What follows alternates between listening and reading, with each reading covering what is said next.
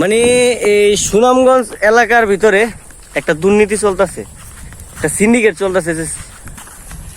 হা হা, ঈদ মুবারক, ঈদ মুবারক। ঈদের ছুটিতে কোথায় চলে আসছি আমরা? মরুভূমির দেশে, মরুভূমির দেশে।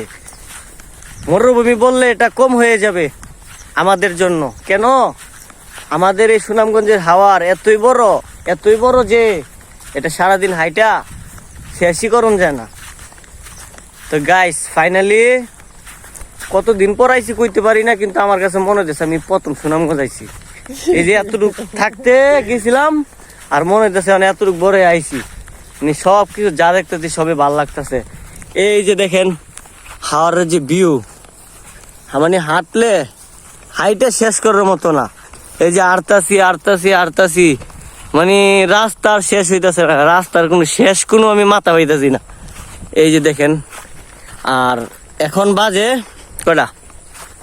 5টা, মানে 6টা বাজে যাইতেছে গা। তারপরে এই যে দেখেন সূর্য, এদিকে তাপমাত্রা অনেক, সূর্য অনেক দেরিতে ডুবে। আর ঢাকা শহরের তাপমাত্রা কেমন কইতে পারি না, তবে দেশ অনুযায়ী তাপমাত্রাটা আজকে বেশি লাগছে। এই যে দেখেন ধান, এই যে ধান পেকে আছে গা, এই যে ধান মোটামুটি পেকে আছে গা।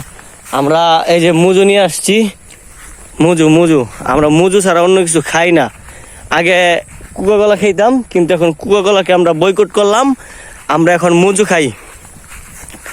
আর সব থেকে মজার বিষয় গাইস, এটা না বললেই নয়, মানে এই সুনামগঞ্জ এলাকার ভিতরে একটা দুর্নীতি চলতেছে, একটা সিন্ডিকেট চলতেছে।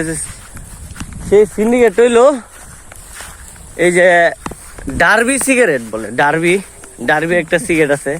আমরা ঢাকা শহর অনেকে হলিউড এরা হ্যান তেন বেনসন অনেক কিছু আছে, ডার্বি সিগারেট আছে তার মধ্যে।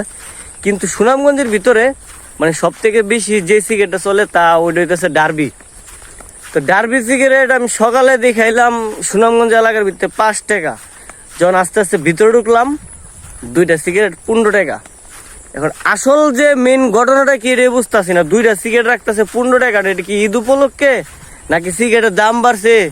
তো বিস্তারিত যদি কেউ আমার কোনো ডিলার ভাই জানাইতেন উপকার হইতো। এলাকার ভিতরে আয়া ভাই 2টা সিগারেট খাইতে দিয়েছে 15 টাকা, তাও যদি সিগারেটের মতো সিগারেট হইতো তাহলে একটা 15 টাকা খাইলে কষ্ট লাগতো না। এটা মনে একটা সিগারেট, এটা মানে কি কমু। এই যে দেখেন গাইস, আমাদের জন্য নৌকাটা আগে থেকে রাখা ছিল ওখানে রেডি করা, যে আমরা এই জায়গায় এসে বসবো। গেছে বছরও এই জায়গায় আসছিলাম, এই নৌকার ভিতরে ছবি তুলছিলাম। তো এই সেই জায়গাটা, যে জায়গাটার মধ্যে আসলে প্রায় আসি। নৌকা, আমরা কোথায় আসছি? নৌকায়। দাদা, তোমার ফিলিংসটা কেমন হচ্ছে? তুমি একটু ফিলিংসটা তোমার একটু শেয়ার করো আমাদের সাথে।